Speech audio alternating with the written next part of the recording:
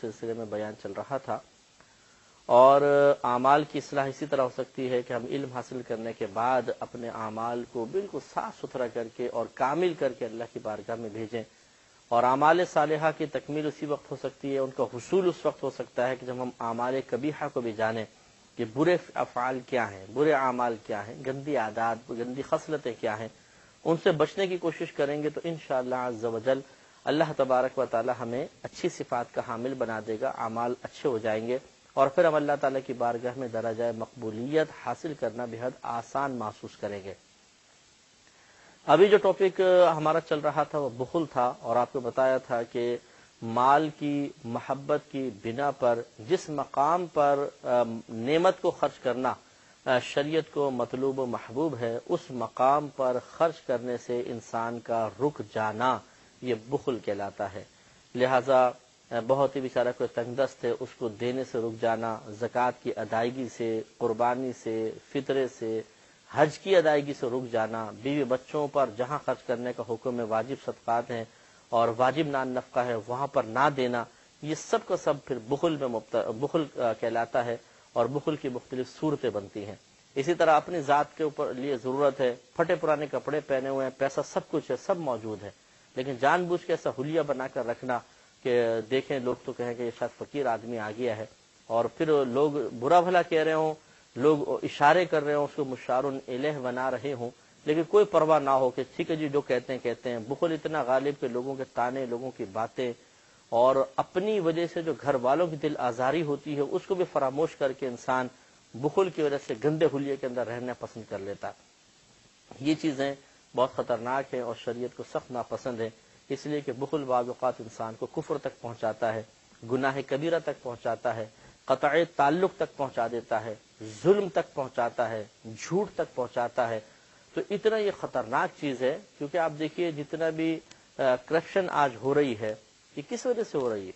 اگر آپ تھوڑا سا غور فرمائیں تو یہ بخل اس کے پیچھے کار فرما ہے۔ اگرچہ آپ مال کی محبت بھی کہہ سکتے ہیں، لیکن مال کی محبت، مال تو پہلے ہی ہے، اسے خرچ نہیں کرتا انسان، اور کی ہوس رہتی ہے، اور اس کے سبب سے پھر انسان بہت سارے گناہ، رشوت ہے، سود ہے، جھوٹ ہے، ان چیزوں میں مبتلا ہو جاتا ہے۔ تو اس جو صفت قبیحہ ہے یعنی بخل، اس سے بچنے کی کوشش کرنی چاہیے۔ تو اس کے علاج کے طور پر ہم چند باتیں عرض کر رہے تھے کہ اس کے علاج کی سب سے پہلی سیڑھی یہ سمجھ لیجئے کہ انسان اس کی قباحت کو سمجھے کہ کتنی بری چیز ہے، اس میں دنیاوی کیا کیا نقصانات ہیں، اخروی کیا کیا نقصانات ہیں۔ تو ایک جو دنیاوی نقصان تھا وہ ہم نے آپ کو بتایا تھا پچھلے پروگرام میں، بخاری و مسلم کی ایک طویل حدیث بیان کر کے، کہ نبی کریم صلی اللہ علیہ وسلم نے گویا کہ اس حدیث میں دیگر بے شمار نکات بیان فرمانے کے ساتھ ساتھ گویا کہ یہ بھی بیان فرمایا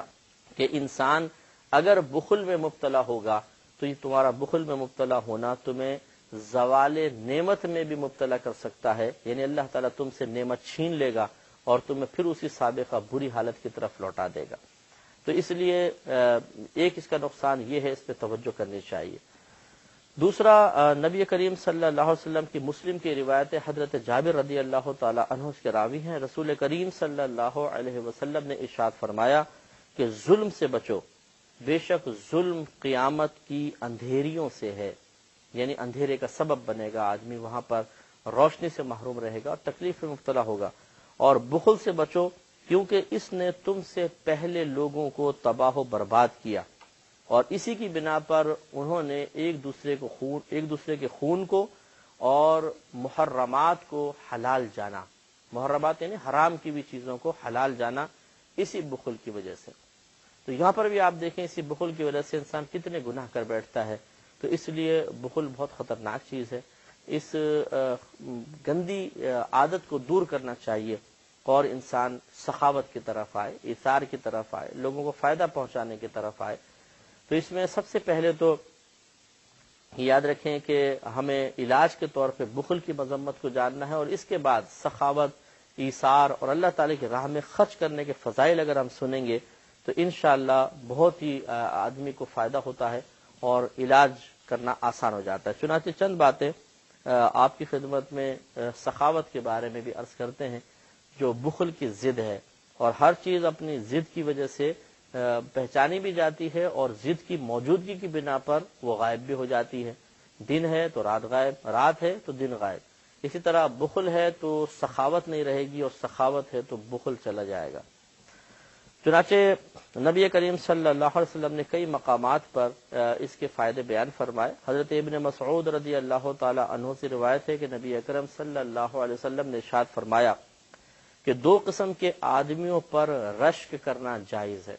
حدیث میں تو حسد کے الفاظ ہے کہ لا حسد الا فی اثنین، کہ حسد صرف 2 اشخاص پر جائز ہے. لیکن حسد تو آپ کو پتہ ہے ایک بری صفت ہے جس پہ ہم بیان انشاءاللہ کریں گے. تو یہاں حسد بمعنی رشک لیا گیا ہے. رشک کا مطلب یہ ہے کہ انسان کسی کی نعمت کو دیکھ کر یہ تمنا کرے کاش ایسی نعمت مجھے بھی حاصل ہوتی. تو اس میں اپنے مسلمان بھائی سے زوال نعمت کی تمنا کا ارادہ، یہ تمنا نہیں ہوتی، زوال نعمت کا ارادہ نہیں ہوتا. اس کے پاس بھی رہے لیکن کاش ایسی مجھے مل جائے، اس کو رشک کہتے ہیں. تو رحمت کونین صلی اللہ علیہ وسلم نے فرمایا کہ 2 قسم کے آدمیوں پر رشک جائز ہے. ایک وہ شخص جسے اللہ تعالی نے مال عطا فرمایا اور اسے سیدھے راستے میں خرچ پر قدرت بھی عطا فرمائی، اور دوسرا وہ شخص جسے علم و حکمت عطا فرمائی، وہ اس کے ساتھ فیصلہ کرتا ہے اور اس کی تعلیم دیتا ہے. یعنی علم عطا فرمایا اور وہ دوسروں کو سکھا رہا ہے. ایک تو اس پر رشک کرنا جائز، اس پر رشک کرو گویا کہ، اور دوسرا جس کو اللہ نے مال دیا اور وہ صحیح راستے میں خرچ کرتا ہے. تو آپ اندازہ فرمائیں کہ جس کو اللہ تعالیٰ اور اس کے رسول کریم صلی اللہ علیہ وسلم ایک رول ماڈل کے طور پہ پیش فرمائیں کہ اس پر رشک کرو. رشک کا مطلب تمنا کرو کہ جیسے کر رہا ہے ویسے اللہ تعالیٰ ہمیں بھی عطا فرمائے. تو یہ سخی شخص جو ہوتا ہے وہ اللہ کی بارگاہ میں مقبول ہوتا ہے، رسول کریم صلی اللہ علیہ وسلم کو پیارا ہوتا ہے. لہذا ہمیں کوشش کرنی چاہیے کہ اللہ کی راہ میں خرچ کریں، اس بخل کی لعنت کو دور کریں. سب سے پہلے تو یہ غور کریں کہاں کہاں خرچ کرنا فرض ہے، اس فرض مقام پہ خرچ کریں. جہاں واجب ہے واجب مقام پہ خرچ کریں. پھر درجہ استحباب آتا ہے، غریبوں کی امداد ہے، دوستوں کو کھلا پلا دیا،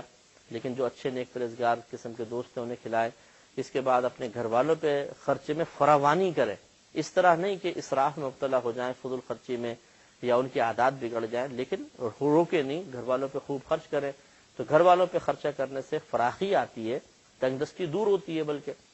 ہمارا یہ خیال ہوتا ہے گھر والوں کو زیادہ دیں گے تو تنگ دستی میں مبتلا ہو جائیں گے، لیکن نبی کریم صلی اللہ علیہ وسلم نے اس میں برکت کی بشارت دی ہے کہ جو گھر والوں پر خرچ میں وسعت کرتا ہے اللہ تبارک و تعالی اس کی روزی میں وسعت عطا فرماتا ہے. تو اب اصل میں ہم لوگ چونکہ اپنی عقل سے سارے مسائل حل کرتے ہیں، اللہ تعالیٰ اور اس کے رسول کریم صلی اللہ علیہ وسلم کی تعلیمات پر اعتماد و اعتقاد و بھروسہ وہ نہ رہا جو مطلوب و محبوب تھا. لہذا ہمیں اس قسم کی باتیں سمجھ میں نہیں آتی. اچھا بیوی بچوں پہ خرچ کر دیں گے، پھر کیسے برکت ہوگی، کہاں سے آئے گا، اور ہم تو پریشان ہو جائیں گے. تو اس لیے آپ کو عرض کیا کہ فضول خرچی کا حکم نہیں دیا جا رہا، بلکہ ان میں تھوڑا سا زیادہ ان کو خرچ کریں، عام حالات سے ذرا بڑھ کر خرچ کریں، تھوڑی سی وسعت پیدا کریں کپڑے وغیرہ میں، پھل فروٹ لانے میں، دیگر گھر کے اخراجات میں. تو اللہ تعالیٰ روزی کے دیگر اسباب مہیا فرمائے گا اور اس مال میں اتنی برکت عطا فرمائے گا کہ انشاءاللہ آسانی کے ساتھ گزارا ہوگا. لیکن ہم سمجھ نہیں پاتے ہیں، پہلے ہی ایک بڑبڑ کرنا اور مال روکنا، اور پہلے ہی مطلب یہ کہ مال کے زوال کے خوف میں مبتلا ہونا، اس میں پھر دیتے ہوئے انسان کڑکڑ کرتا ہے، جلتا ہے، کڑتا ہے، گھر میں لڑائی جھگڑے ہوتے ہیں. تو برکت کیسے پیدا ہوگی؟ ورنہ حقیقت یہی ہے کہ گھر والوں پر فراخی کے ساتھ خرچ کرنا اور بخل سے بچنا روزی میں برکت لاتا ہے. چنانچہ ہمیں بھی چاہیے کہ اچھی طرح مال خرچ کریں، لیکن ایسا بھی نہیں کہ فضول اڑانا، لیکن جہاں پر باعث ثواب ہے، جہاں پہ اللہ تعالیٰ راضی ہوتا ہے، اور جو خصوصاً جو ہم پہ فرض اور واجب ہیں وہ تو کرنا ہی کرنا ہے. اس کے علاوہ بھی خرچ کرنے کی کوشش کریں تو ہمیں اللہ تعالیٰ کی بارگاہ میں وہ مقام حاصل ہوگا کہ گویا کہ اللہ تعالیٰ ہمیں ہمارے بارے میں دوسروں کو کہہ رہا ہے کہ اس کے اوپر رشک کرو اور اس جیسے بن جاؤ، جیسے بھی یہاں پہ حدیث میں بیان ہوا. حضرت ابن مسعود رضی اللہ تعالی عنہ سے ایک اور روایت عرض کرتے ہیں، بخاری و مسلم کی روایت ہے. کہتے ہیں کہ نبی کریم صلی اللہ علیہ وسلم نے فرمایا کہ تم میں سے کس کو اپنے مال کی بنسبت اپنے وارث کا مال زیادہ محبوب ہے. ابھی دیکھیں بخل کی لعنت کو دور کرنے کے لیے بطریق علاج نبی کریم کتنی پیاری بات بیان فرما رہے کہ سوال فرمایا کہ صحابہ یہ بتاؤ کہ تم میں سے کون اپنے مال سے زیادہ اپنے وارث کے مال سے محبت رکھتا ہے. صحابہ کرام نے عرض کی رسول اللہ صلی اللہ علیہ وسلم ہم میں سے ہر ایک کو اپنا ہی مال زیادہ محبوب ہوتا ہے، وارث کے مال کی کون اتنی زیادہ محبت کرتا ہے؟ تو رحمت کونین صلی اللہ علیہ وسلم نے فرمایا کہ اس شخص کا مال تو وہ ہے جو اس نے آگے بھیج دیا، یعنی خرچ کر دیا اور اللہ کی بارگاہ میں پہنچ گیا، اور وارث کا مال وہ ہے جو اس نے پیچھے چھوڑ دیا۔ کتنی نفیس تعلیم آپ اندازہ فرمائیں کہ ہم یہ سمجھتے ہیں کہ یہ مال میرا ہے، ہم محبت کرتے ہیں، لیکن حقیقتاً ہمارا مال تو وہ ہے جو ہمارے پاس رہے گا، اور وہ وہی مال ہے کہ ہم قبر میں بھی چلے جائیں تب بھی ہمارے ساتھ رہے، اور اس کی صورت فقط یہ ہے کہ ہم زندگی میں اس کو خرچ کر جائیں۔ اگر نہیں خرچ کریں گے، چھوڑ گئے، تو پھر یہ حقیقتاً ہمارا مال تو نہیں، یہ تو وارث کا حق بن جائے گا، تو گویا کہ ہم اس مال سے محبت کر رہے ہیں جو ہمارا مال نہیں ہے۔ تو اس میں ترغیب ہے کہ تم خرچ کرو اس سے پہلے کہ یہ مال تم سے چھین کر وہ رسا تک پہنچ جائے اور پھر ان کا مال ایک طرح سے بن جائے اور وہ اس میں جس طرح چاہیں تصرف کریں، تم اس سے خرچ کرو۔ اب ہوتا یہ ہے کہ ہم بخل کی لعنت میں گرفتار ہوتے ہیں، خود خرچ نہیں کرتے ہیں، خوب بینک بیلنس چھوڑ جاتے ہیں، اس کے بعد اولاد آتی ہے، وہ اس مال کو بیجا کاموں میں لگاتی ہے، ہمارے لیے ثواب جاریہ نہیں کر پاتی۔ یہ بھی دیکھا ہے کہ بعض اوقات پوری زندگی خود بخل میں گزاری ہے، اور گزارنے کے بعد پھر اولاد کو وصیت کر رہے ہیں کہ بیٹا ہمارا خیال کرنا، ہمارے لیے خرچ کر دینا، ایصال ثواب وغیرہ کرتے رہنا۔ اب خود سوچیے، ساری زندگی کی اولاد نے نہیں دیکھا کہ آپ نے اپنے والدین کے اوپر خرچ کرتے ہوئے ان کی ایصال ثواب کے لیے کتنی کوششیں کی تھیں، تو اولاد آپ کے لیے کیسے کرے گی؟ تو پھر وہ بھی اولاد اس مال کو بیجا خرچ کرتی ہے، صحیح مقامات پہ خرچ نہیں کرتی، اور اس طرح اپنے والدین کے لیے ثواب جاریہ نہیں بننے دیتی، اور انسان محروم رہتا ہے، حسرت و پچھتاوے میں مبتلا ہوتا ہے۔ تو اس لیے نبی کریم صلی اللہ علیہ وسلم نے بڑی پیاری ترغیب دی ہے کہ تمہارا مال وہ ہے جو تم آگے بھیج دو بس۔ تو اب ہمیں سوچنا چاہیے کہ کیا کرنا ہے۔ اگر یہ مال اپنے پاس رکھ بھی لیا، جمع کر کے رکھا، تو کوئی فائدہ نہیں۔ حضرت علی رضی اللہ تعالی عنہ نے ایک مرتبہ ایک درہم یا دینار کے سکے کو ہاتھ میں لیا اور ارشاد فرمایا کہ جب تک تو میرے پاس رہے گا مجھے کوئی نفع نہیں پہنچا سکتا۔ کتنی پیاری بات ہے، آپ اندازہ کریں، جیب میں آپ کے بہت سارے پیسے پڑے ہوں، آپ کو کیا نفع پہنچا رہے؟ کچھ ٹھنڈک، کچھ سکون، ہاں صرف یہ ہے کہ اطمینان قلب ہوتا ہے، ایک ہمارے حفظ نفس ہوتا ہے کہ ابھی بار بار ہاتھ لگا کے دیکھتے وہ بھی 1000 کا نوٹ ہے، 2000 ہے، تنخواہ ملتی ہے تو خوش ہوتا ہے دل، لیکن یہ مال جب تک ہمارے ہاتھ میں رہے گا کوئی نفع نہیں پہنچائے گا۔ جب خرچ کریں گے تو نفع پہنچائے گا، دنیا کے معاملات میں خرچ کریں گے دنیاوی نعمت حاصل ہو جائے گی، اور اللہ کی راہ میں خرچ کریں گے تو ثواب آخرت حاصل ہو جائے گا، تو فائدہ ہوگا۔ تو یہ مال اپنے ہم سے جدا ہونے کے بعد ہی نفع پہنچاتا ہے، ہمارے پاس رہے گا تو یہ نافع نہیں ہے۔ یہ اصول ہے، بینک میں آپ کے کروڑوں روپے پڑے ہوئے ہیں، وہ آپ کو کیا نفع دیں گے؟ آپ مر گئے، ختم۔ لیکن اگر آپ نے اس کو خرچ کیا تو پھر وہ آپ کو نفع دینا شروع ہوگا۔ یہی سمجھانا مقصود ہے کہ بخل کبھی بھی فائدہ مند نہیں ہوتا۔ مال خرچ کریں اپنے ذات پر، گھر والوں پر، دوستوں پر، صحیح مقامات پر، خصوصاً نیکیوں کے مقام پہ خوب پیسہ خرچ کریں، تو انشاءاللہ عز و جل پھر ہمارے درجات بھی بلند ہوں گے، اور یہ مال ہمیں آخرت میں حاصل ہو جائے گا۔ حضرت عبداللہ ابن عمر رضی اللہ تعالی عنہما کے بارے میں مشہور تھا کہ آپ کو جو بھی چیز پسند آتی تھی آپ اللہ کی راہ میں صدقہ کر دیا کرتے تھے۔ ایک دفعہ آپ کے غلام نے پوچھا کہ حضرت یہ کیا بات ہے کہ جو چیز آتی ہے آپ اللہ کی راہ میں صدقہ کر دیتے ہیں؟ ہوتا تو یہ ہے کہ انسان کو جس چیز سے محبت ہوتی ہے وہ اسے اپنے پاس رکھنا پسند کرتا ہے اور آپ اسے صدقہ کر دیتے ہیں۔ تو آپ نے ارشاد فرمایا کہ تم نے بالکل صحیح کہا کہ جو جس چیز سے محبت کرتا ہے اسے اپنے پاس رکھنا پسند کرتا ہے، اور میں اسی محبت کی وجہ سے تو خرچ کرتا ہوں، اس لیے کہ اگر یہاں چھوڑ گیا تو یہ دوسروں کے پاس جائے گا، میرے پاس نہیں، اور اگر میں اس کو خرچ کر دوں گا تو پھر یہ میرے پاس آئے گا، دوسروں کے پاس نہیں۔ اور محبت کا تقاضا یہی ہے کہ اس چیز کو اپنے پاس رکھا جائے۔ تو کتنے پیارے انداز سے آپ نے سمجھایا کہ اگر تم کسی چیز سے محبت رکھتے ہو تو اس محبت کے اظہار کا یہ طریقہ نہیں ہے کہ تم اسے اپنے پاس رکھ کر محبت کا اظہار کرتے رہو اور محبت جتاتے رہو، بلکہ اس کو اللہ کی راہ میں خیرات کرو، اگر خیرات کے قابل ہے تو۔ اپنے بیوی بچوں کو تو خیرات نہیں کر دے گا نا آدمی، تو ان سے بھی محبت ہوتی ہے۔ مراد مال و متاع ہے کہ مال و متاع سے اگر محبت ہے تو اسے اللہ کے راہ میں دے دو، تو پھر انشاءاللہ یہ آخرت میں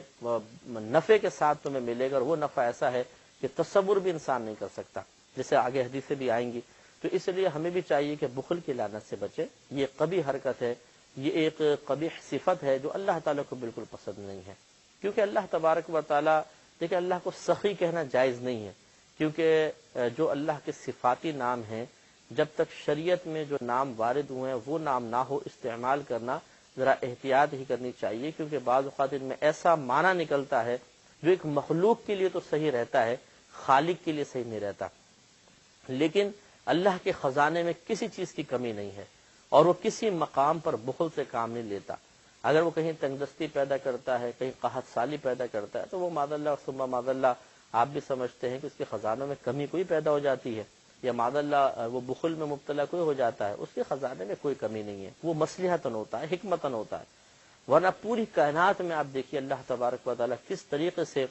صرف آپ غذا کو ہی دیکھ لیں تو روزانہ کتنے ٹنوں کے حساب سے غذا مختلف مخلوقات کے پاس پہنچتی ہے، سب کی غذائیں مختلف، لیکن اس کے خزانے میں کمی نہیں ہے، وہ دے رہا ہے۔ اسی طرح نبی کریم صلی اللہ علیہ وسلم کے جب انشاءاللہ میں سخاوت کے واقعات آپ کو عرض کروں گا، آپ حیران رہ جائیں گے، اور آپ نے سنے بھی ہوں گے کہ کس طریقے سے ہمارے آقا مدنی مصطفیٰ صلی اللہ علیہ وسلم نے کثرت سے مال کو اللہ کے راہ میں خرچ فرمایا۔ تو یہی عادت ہمیں بھی اپنانی چاہیے کہ بخل کسی نبی کی صفت نہیں بنا، بخل کسی ولی کی صفت نہیں بنا، بخل کسی صحابی کی صفت نہیں بنا۔ اگر اللہ تبارک و تعالی نے اس کسی نبی میں وصف رکھنا چاہا مال کے سلسلے میں تو سخاوت کو رکھا، ایثار کو رکھا،